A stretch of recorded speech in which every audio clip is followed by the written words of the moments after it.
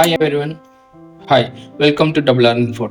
So you try to paste a file into your OneDrive folders and you get error. You don't have permission to perform this action. Then you open an Excel file from that same folder, edit it, and it won't save. So same error. Sound familiar? So let's fix it step by step. Let's fix before touching any permission. Let's make sure you actually sign into a OneDrive with the correct account. So sometimes Windows catch all the permission from the previous account.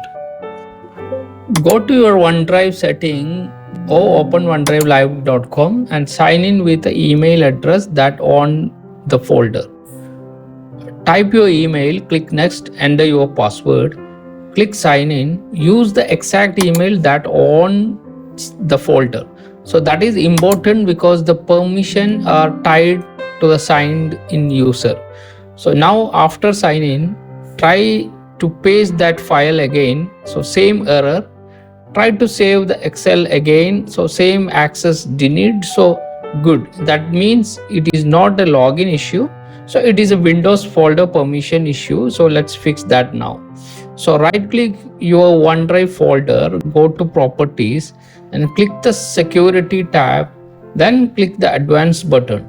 Next to owner, click change in the box, then type everyone or go to advanced and search for find the user.